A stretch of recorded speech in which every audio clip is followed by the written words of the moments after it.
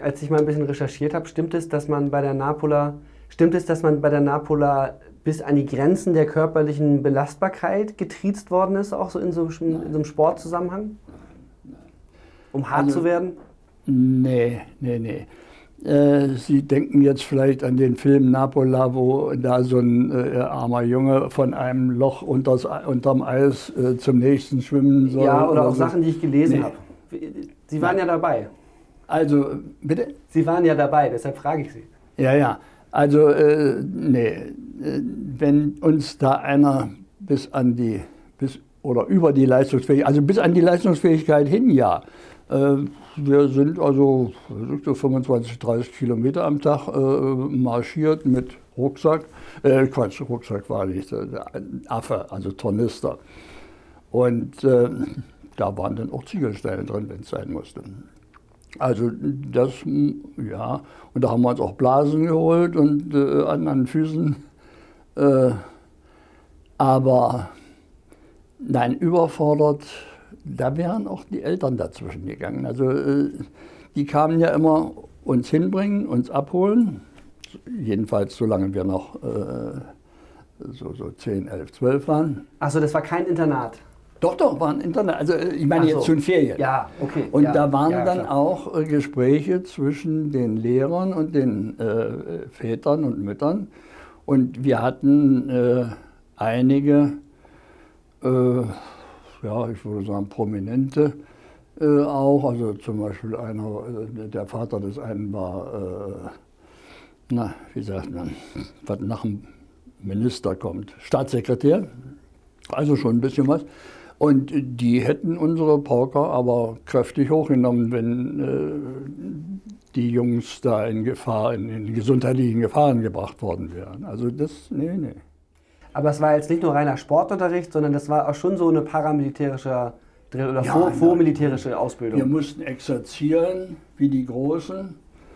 Und wehe, wenn beim Schwenken irgendeiner also wenn das keine gerade Linie war, also war wie auf dem Kasernenhof.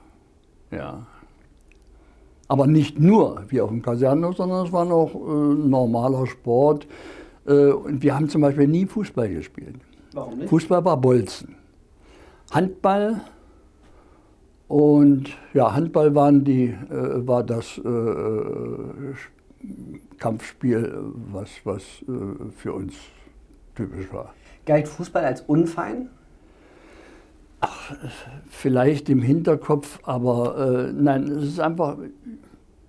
es ist gefährlich. Es hat Leute gegeben, nicht bei uns, weil wir ja nicht Fußball gespielt haben, aber draußen in den öffentlichen Schulen, die sich dieses Schienenbein angeknackt kriegten oder irgend sowas. Also nein, das war Bolzerei. Aber so ein bisschen steckt natürlich dahinter, es war nicht fein genug. Wir hatten aber Pferde zum Reiten. Wir hatten einen Fechtlehrer, wir hatten einen Boxlehrer. Mein Boxlehrer war zum Beispiel Europameister im, was war das? Leichtgewicht oder Weltergewicht, weiß ich jetzt nicht mehr genau. Und ja, Tennis, also Reiten, Tennis, an besonderen Sportarten. Und jedes Jahr ein Manöver. Und da kamen alle Anstalten zusammen und eine blaue Partei und eine rote Partei, die kämpften gegeneinander und es ging 3 Tage lang, Tag und Nacht. Auf dem Gelände irgendwo? Irgendwo, also zum Beispiel einmal auf dem Dars an der Ostsee, einmal in Kärnten am Farkardsee. Und ja, da gab es natürlich, wir hatten blaue oder rote Wollfäden, die wurden ums Handgelenk geknüpft, vorher schön nass gemacht, damit sie dann stramm saßen.